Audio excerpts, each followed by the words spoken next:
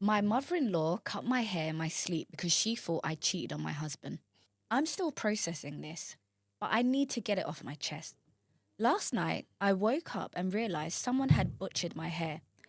One side is a jagged pixie cut and the other side hangs awkwardly past my shoulders. At first, I thought I was losing my mind. Maybe I sleepwalked or something.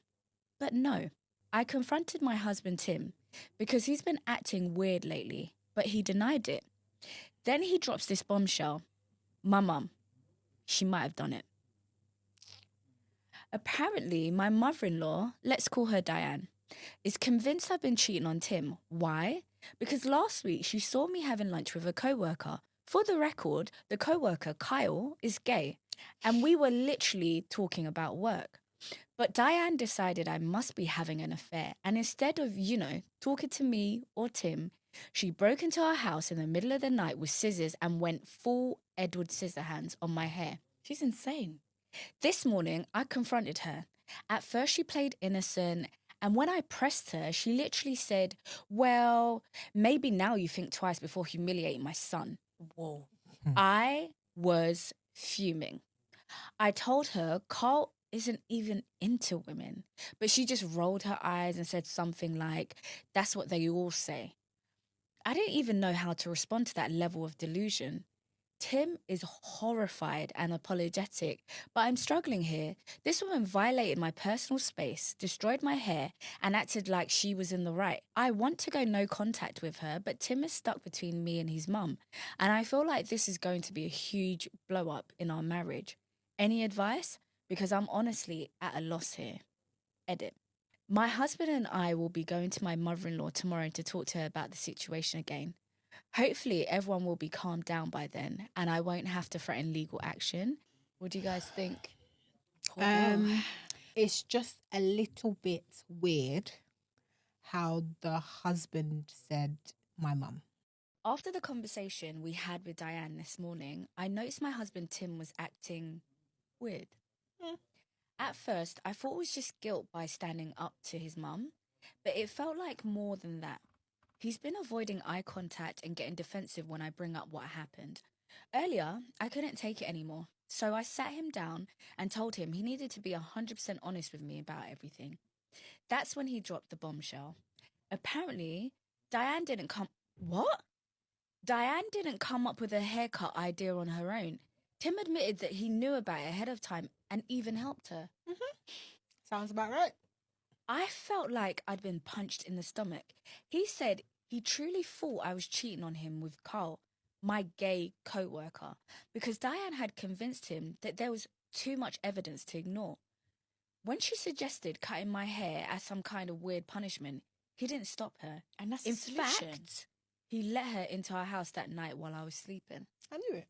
Divorce immediately. Tim said he didn't want to confront me directly because he wasn't ready for the truth. But you wanted to cut off my hair. Exactly. How does that make sense? What are we dealing with? So instead, he let his mother do this insane thing to me, thinking it would force me to come clean. Afterward, when I didn't admit to cheating, he started to realize he might have been wrong. But by then, he didn't know how to tell me what he'd done. He kept saying, I'm so sorry, I was just confused. But I honestly don't know how to process this. This wasn't just Diane acting like a lunatic. This was both of them. And my own husband betrayed me in one of the most humiliating ways possible. I packed my bag and I'm staying with a friend tonight while I figure out what to do. I don't know if I can ever trust Tim again after this. It's not just the haircut. No, it's the never. fact that he didn't talk to me, believe the worst about me without any proof, and actively participate in something so cruel and violating. As for Diane, she's officially dead to me. I've Correct. already told Tim that I don't want her in my life ever again, regardless of what happens between us. Right now, I'm torn. Part of me wants to file a police report on both of them for what they did, but I'm scared of how messy it'll get. Another part of me just wants to cut ties and move on, but that feels like letting them off too easy. I don't know what my next step is, but I do know this. I deserve better than this. Yep. Thank you to everyone who supported me through this. Your comments and advice have meant the world, and I'm truly grateful for the kindness and understanding. It's helping me find the strength to figure out what comes next. I want to know how they saw this playing out. I think I'm going to divorce him, and I may file a police report. After everything that's happened, I've been thinking a lot about my next steps, and I've come to a heartbreaking but necessary conclusion. I don't think there's any coming back from this. I trusted Tim with my heart, my safety, my life, and he betrayed me in ways I never thought possible. I can't imagine a future where I feel safe with him, where I can trust him, or where I don't carry the weight of this violation every day. I'm strongly considering filing for divorce. The thought of staying with him feels unbearable, but at the same time, I can't stop worrying about the messiness of it all. I just want to cut ties completely, to walk away and rebuild my life without him or his mother dragging me down any further. As for filing a police report, I'm leaning toward it, but I'm scared of what it might bring. I know what they did was a crime. My own husband let his mother into our home to assault me in my sleep. But the thought of dealing with legal battles or even just having to relive this again and again in statements is exhausting. Part of me wants to hold them accountable, but another part just wants to run far away and never look back. Right now, I'm taking it one step at a time. I've been talking to friends, trying to find some clarity in all of this chaos. It's terrifying and painful, but I know one thing for sure.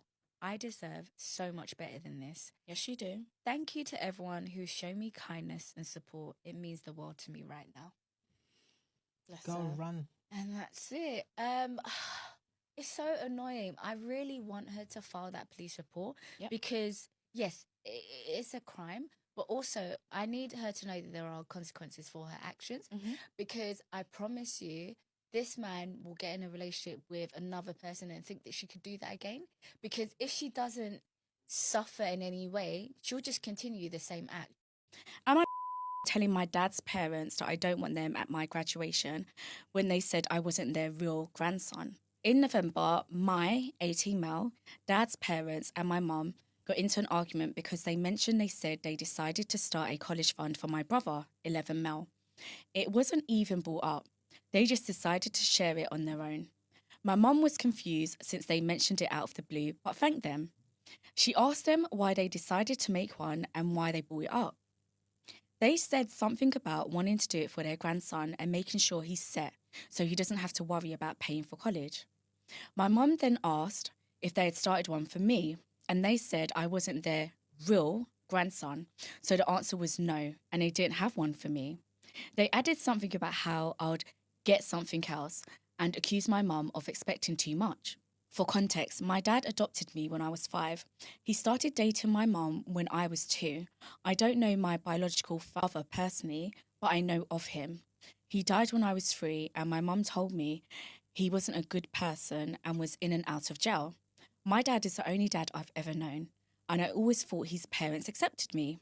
But hearing them basically say I wasn't their real grandson hurt. It wasn't even about the money. It was the fact that I was excluded, and realising the only reason why was because I wasn't my dad's biological son. The argument happened right in front of my brother, just a few days before Thanksgiving. Since then, I viewed my dad's parents differently and tried to keep my distance from them. They eventually apologised for saying I wasn't their real grandson, but only because my dad basically forced them to. Over time, I realised I didn't really care anymore, but I just loved them more than they loved me. School is almost back in, and I take senior pictures soon. My dad's parents are over for Christmas, and my parents brought up me taking pictures. That led to my dad's parents talking about how excited they were to see me graduate and how they couldn't wait. This confused me. It honestly did, because a month ago they basically told me I wasn't their real grandson. Now they're excited to see their grandson graduate. I told them that they weren't coming and that I didn't want them there. Of course, this shocked my parents and my dad's parents. They asked why, and I told them I remember them saying I wasn't their real grandson, so it doesn't make sense for them to come to my graduation when they have no ties to me. My dad looked upset, and his parents were too. His parents basically said I should move on since they'd already apologised and meant no harm. I told them that when they apologised, it was only because my dad told them to.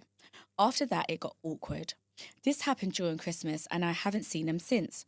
My dad told me they're hurt by what I said and that I should apologise and let them know I didn't mean it and that I'd still like them to come. I told him I meant what I said and I don't want them there. It's not like I can stop them from coming anyway, but I'd prefer if they didn't since they have no reason to be there.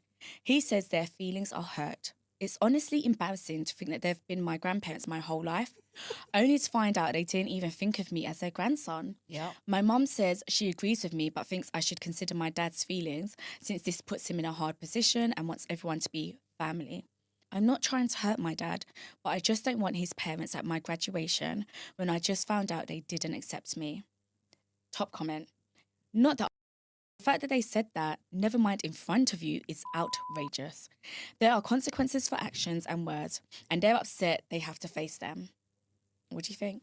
I'm really, really proud of the fact that he addressed it and said, I don't Yeah. want you there. Yeah. So the thing about old elderly people is they think they can say words and get away with them, and their little dead apology should be, forgiven because they didn't really mean it. You meant it.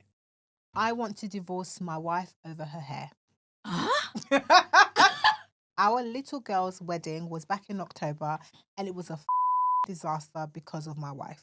My wife and daughter had gotten into a fight before the wedding, seemingly made up a few days before, so we flew down and we're going to stay until after the wedding. When we got there, my wife started complaining about her hair. My daughter was suggesting a few of the salons around New Orleans that would have fit her in before the wedding. My wife asked her if she would just do her hair. My daughter has her beauty license. My daughter agreed, and that's when the disaster started. My wife's hair was too warm, then too cool, then too warm again. My daughter had done her hair 3 times in a row, 6 hours each time, because my wife has a lot of hair and was wanting to be foiled back to back. My daughter said she couldn't do it again for the 4th time because she didn't want to overprocess her hair and that her body was killing her. She said she had become burnt out from her nursing job, her hair job, and now all the wedding planning and running around. This 3rd appointment was the day of her wedding. And before it started, my wife said, don't take another 10 hours to do it.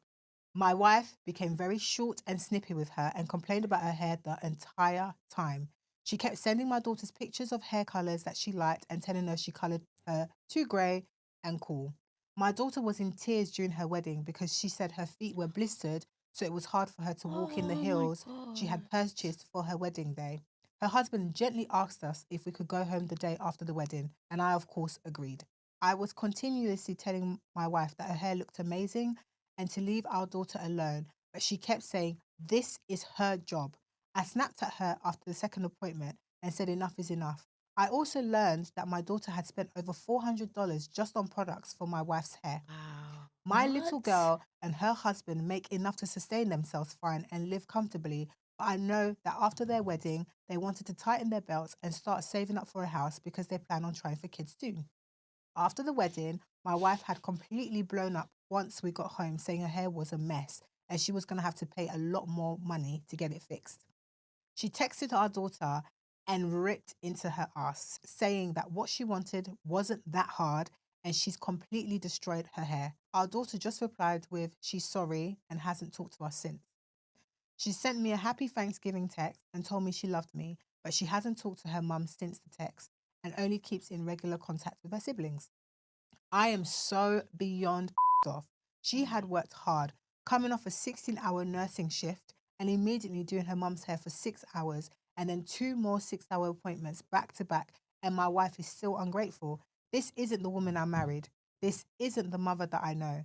If I have to hear about her precious hair one more time, I'm going to leave because no hair is worth her relationship with her daughter. And that's it. That woman's a tyrant. She's horrible. She is awful. As a What? hairdresser, I would never do hair the day of my wedding. 6 hours back to back. That your daughter is a gem. See me? Oh. You're going to the hairdresser. You didn't go to the hairdresser, you could